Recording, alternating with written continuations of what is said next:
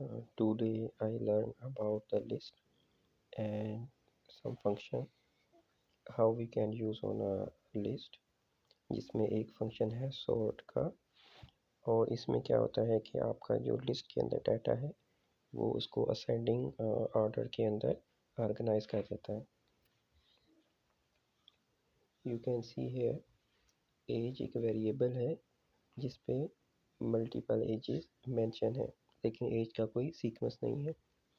तो अगर हमने इनको एक असेंडिंग ऑर्डर में लेकर आना है तो उसके लिए हमें सॉर्ट का फंक्शन यूज़ करना पड़ेगा।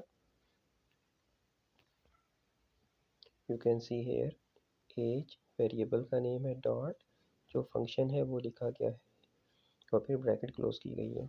और जब मैं प्रिंट करूँगा उस फंक्शन को तो आपके पास ये असेंडिंग ऑर्डर के अंदर मुकम्मल डाटा आ जाएगा।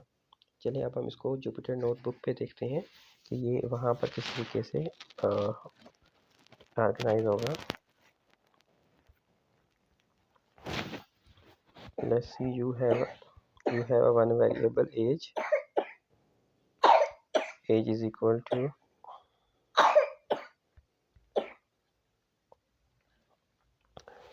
897।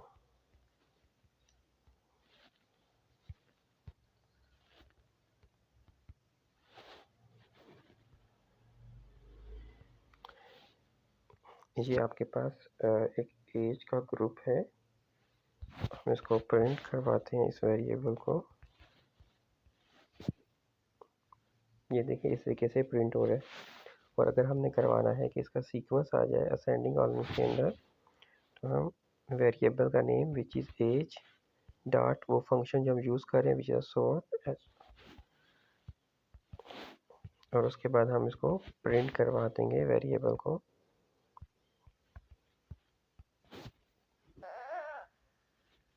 अभी आप यहाँ पे देख सकते हैं कि ये जो आपके पास डाटा है ये असेंडिंग ऑर्डर के अंदर ऑर्गेनाइज हो गया है।